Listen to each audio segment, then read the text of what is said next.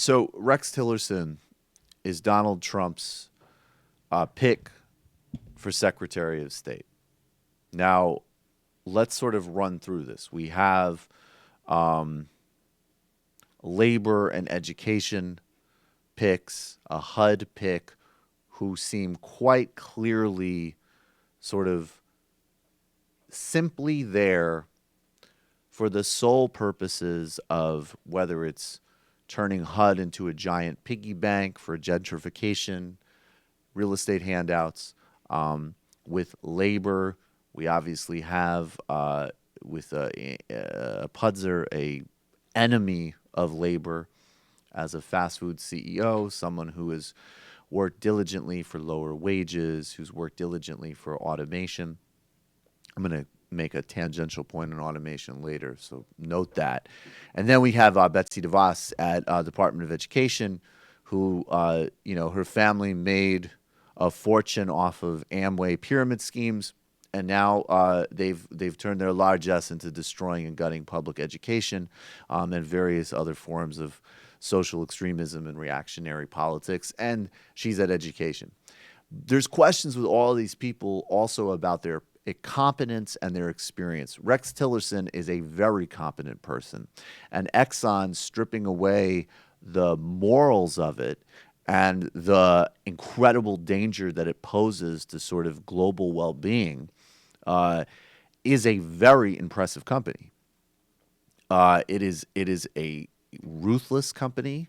It has an incredibly standardized process, and it operates again effectively, ruthlessly, and amorally across the globe.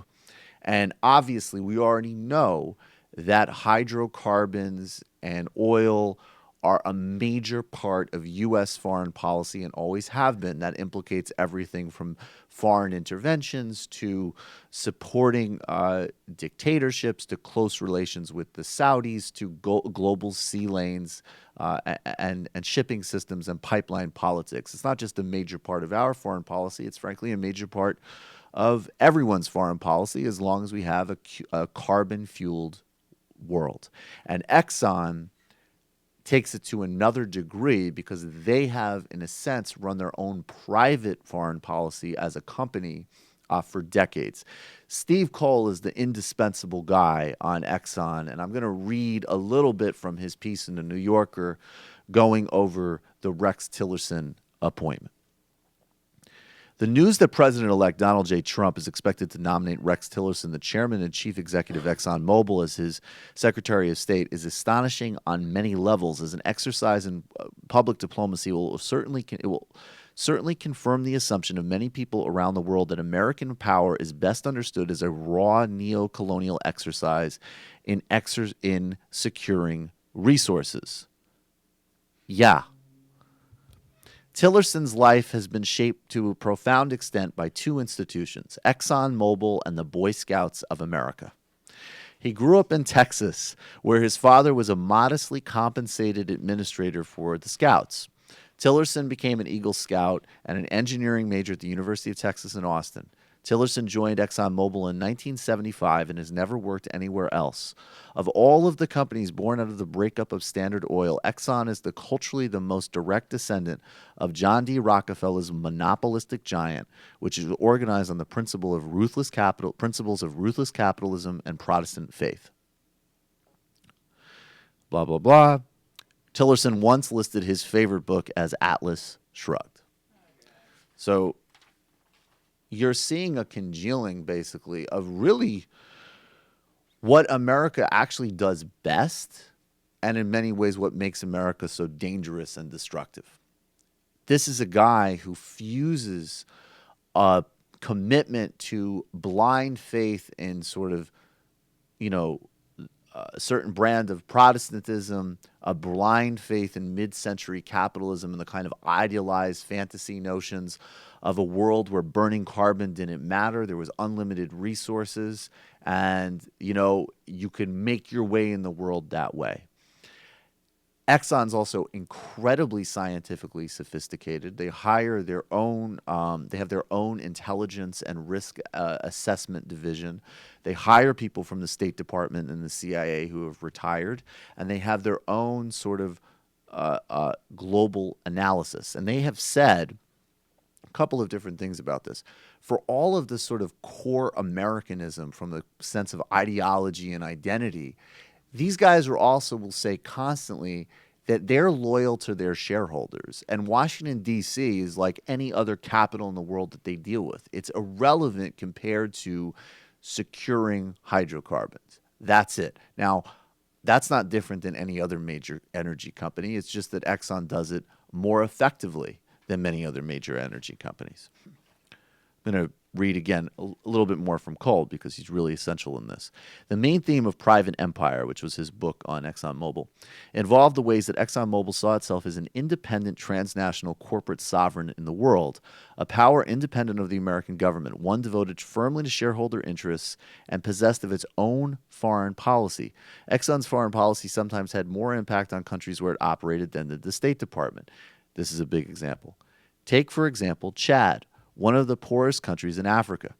During the mid-2000s, the entity of USAID and military spending in the country directed through the U.S. Embassy in the capital of Chad, N'Djamena, I'm definitely mispronouncing that, amounted to less than $20 million annually, whereas the royalty payments Exxon made to the government as part of an oil production agreement was worth $500 million. Idriss Deby, the authoritarian president of Chad, did not need a calculator to understand that Rex Tillerson was more important to his future than the U.S. State Department.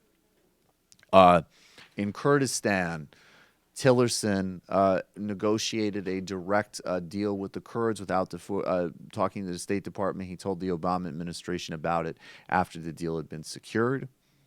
And, again, we're going to get to the Russia piece in a second, but the core part of that transnational sovereign interest of Exxon was simply to allow the oil and the natural gas to flow. That's it. And this is another point here where people, I think, are going to need to start having a little bit, I hate to say it, I'm sorry, but a little bit more subtlety in their thought process. Because, yes, do these companies and do these entities already exert a vastly disproportionate role in U.S. foreign policy? Absolutely. But do you sometimes have people like John Kerry, like the Obama administration to some modest extent, and actually even if you read Private Empire, there were some humanitarian projects that the Bush administration attempted to implement that Exxon undermined because it interfered with the smooth flow of hydrocarbons. There's a preference for stability over everything else.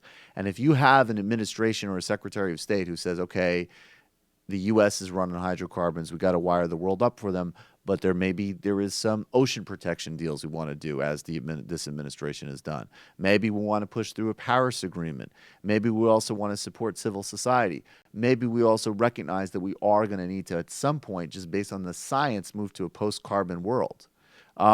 If you don't see the difference between that and a insulated CEO of an oil company who is now going to take over the State Department, who has one agenda in mind, then you got a delusional view about politics.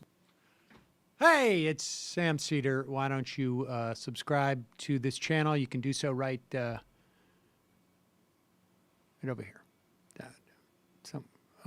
Subscribe.